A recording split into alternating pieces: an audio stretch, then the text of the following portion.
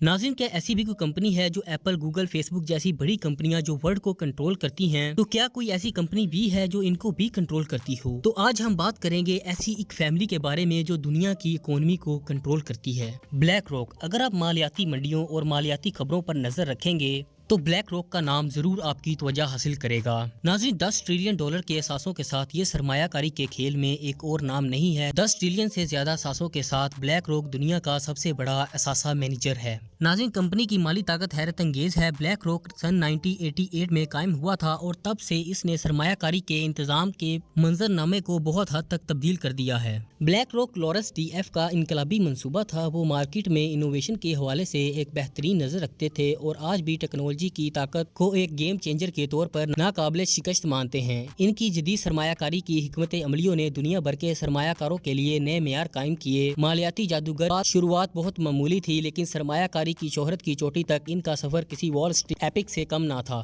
Lawrence DF 2 नवंबर 1952 को Venus California में पैदा हुए। वो कैलिफोर्निया की धूप में बसे एक मिडिल क्लास घराने से ताल्लुक रखते थे और यहीं इन्होंने पहली बार समझा कि मालियाती इल्म हासिल करना और मेहनती जिंदगी को अपनाना उनकी कामयाबी के लिए बहुत जरूरी है। इन्होंने university of California Los Angeles में तालीम हासिल की। इन्होंने न सिर्फ इल्म हासिल किया बल्कि अपनी तमाम क्लासों में पूरी दिलचस्पी ली और हैरत अंगेज तौर पर सियासियात में ग्रेजुएशन की।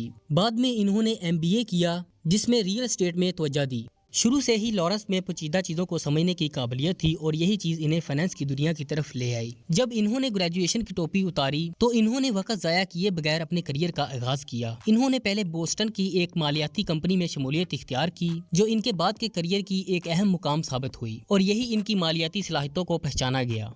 जल्द ही इन्होंने मोर्टेज बैंक सिक्योरिटी डिवीजन में शमूलियत इख्तियार की और इसे इनकलाब का शिकार बनाया। इन्होंने इस डिवीजन के कारोबार को $1 बिलियन का मुनाफा बख्श फायदा दिया, लेकिन ये सफर आसान नहीं था। लॉरेंस ने एक खतरनाक सरमायाकारी में बड़ा नुकसान उठाया और यही लम्हा उनके करियर का एक अहम मोड़ बन गया। इसने इन्हें रिस्क मैनेजमेंट की अहमियत का एक सख्त सबक दिया और यही इनके जहन में ब्लैक रॉक का आइडिया जन्म हुआ।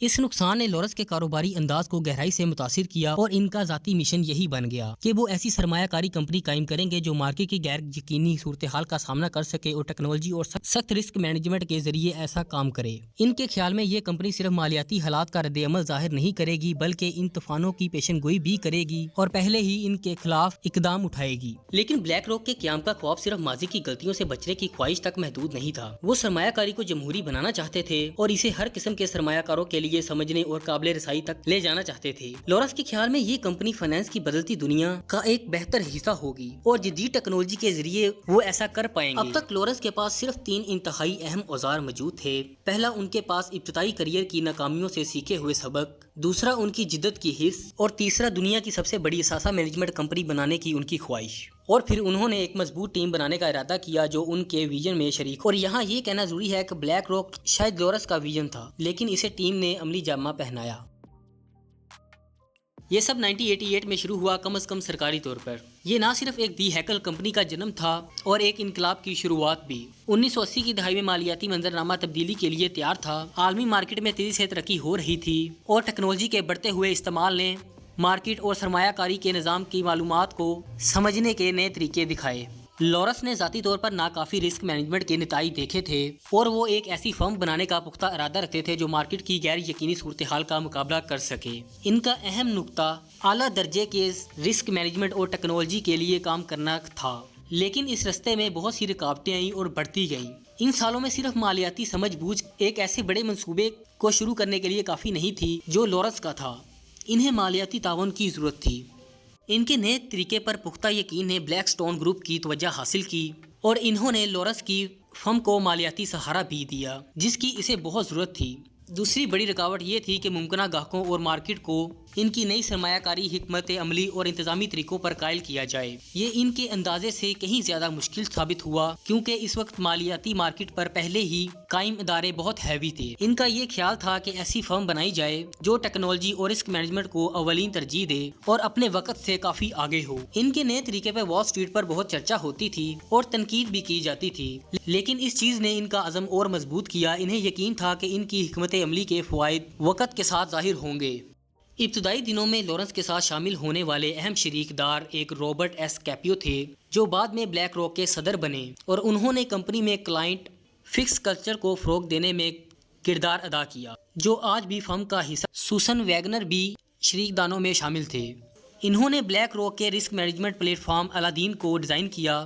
آخر کار حقیقت میں بلیک راک بن گئی، ایک جامع رسک مینجمنٹ پلیٹ فارم جو اثاثوں کی پوری رینج میں خطرات کا انتظام کر سکتا تھا اور اس وقت کے بے مثال سیکیورٹی فراہم کرتا تھا۔ فرم نے یہ بھی دیکھا کہ ایک سرمایہ کاری مینجمنٹ فرم کیا ہو سکتی ہے۔ بلیک راک کے نام کا انتخاب بھی لورس کے ابتدائی ویژن کا حصہ تھا۔ یہ نام طاقت، دیانتداری اور استحکام کی علامت تھی، جو کہ بانیوں نے مل کر بنایا تھا۔ بلیک راک نے اپنی شروعات میں فکسڈ انکم اثاثوں پر توجہ دی۔ اس فرم نے کلائنٹ کو باؤنڈ مارکیٹس میں ایسی اہمیت دی جو پہلے سنی نہیں گئی۔ ان کے نزدیک ترقی کے لیے تنوع ضروری تھا اور بلیک راک نے جلد ہی مارکیٹ میں اپنی پیشکشوں کو بڑھایا۔ چند ہی سالوں میں انہوں نے مختلف مالیاتی مصنوعات متعارف کروائیں جن میں باہمی فنڈز اور دیگر سرمایہ کاری کے ذرائع شامل تھے، جو ریٹیل اور ادارہ جاتی دونوں مارکیٹوں کے لیے ڈیزائن کیے گئے تھے۔ سن 2004 کے اختتام تک بلیک راک میں غیر معمولی ترقی ہوئی تھی اور یہ وال اسٹریٹ پر سب سے زیادہ زیر بحث فرم بن گئی تھی۔ ان کے زیر انتظام اثاثے حیرت انگیز طور پر بڑھ چکے تھے۔ ان کی ترقی صرف مالیاتی نہیں بلکہ اعتماد کے لحاظ سے بھی تھی، اور یہ وہ مقام تھا جہاں کمپنی نے واقعی اپنی چمک دکھانا شروع کی۔ کیونکہ یہ فرم بہت شفاف تھی، اس نے اعتماد حاصل کر لیا تھا۔ 2008 میں مالیاتی بحران نے دنیا بھر میں تقریباً $2 ٹریلین کا صفایا کر دیا تھا۔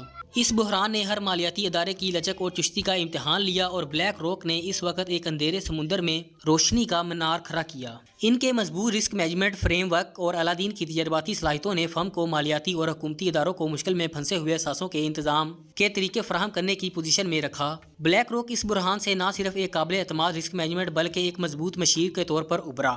عالمی مالیاتی نظام میں فرم کی حیثیت اب پختہ ہو چکی تھی۔ ناظرین، ذمہ دار سرمایہ کاری کی مانگ بڑھ رہی تھی اور بلیک راک نے سماجی، مالیاتی اور حکومتی معیار کو مد نظر رکھتے ہوئے مالیاتی مصنوعات تیار کی۔ بہت سے سرمایہ کار 2008 کے واقعات سے اب بھی بہت متاثر تھے، لیکن پائیداری کے لیے ان کی بڑھتی ہوئی دلچسپی نے بلیک راک کی ترقی کو ہوا دی۔ بلیک راک آج کھربوں ڈالر کے اثاثوں کا انتظام کرتا ہے اور یہ تعداد $10 کھرب سے بھی زیادہ ہے۔ ناظرین، اب فرم کی موجودہ مارکیٹ میں ناقابل شکست تھی، لیکن جیسا کہ مالیاتی منڈیوں میں کاروبار کرنے والے کی فطرت ہوتی ہے، اب بھی ایک کہکشاں کے برابر موقع اور چیلنجز درپیش تھے۔ ناظرین، اب وقت آ گیا تھا کووڈ-19 کے اثرات کا، جو سرمایہ کاری کے منظر نامے کو متاثر کر رہا تھا، اور معاملات کو حل کرنے کے لیے نپے تولے اور جدید حکمت عملیوں کی ضرورت تھی۔ اور ان سب کے جواب میں بلیک راک نے ان معاملات سے نمٹنے کے لیے ایک اہم کردار ادا کیا۔ لیکن سب سے بڑھ کر بلیک راک کا ویژن یہ تھا کہ مالیاتی کامیابی حاصل کی جائے اور ساتھ ہی معاشرے میں مثبت کردار بھی ادا کیا جائے۔ لورس نے اپنے بڑے ویژن کی وجہ سے آج یہ کامیابی حاصل کی ہے، اور اگر آپ بھی ایسی کامیاب فرم بنانا چاہتے ہیں تو مارکیٹ میں موجود پرابلمز کو دیکھو اور ان کے حل نکال کر اپنی ایک فرم بنائیں اور خود کو کامیاب انسان بنائیں۔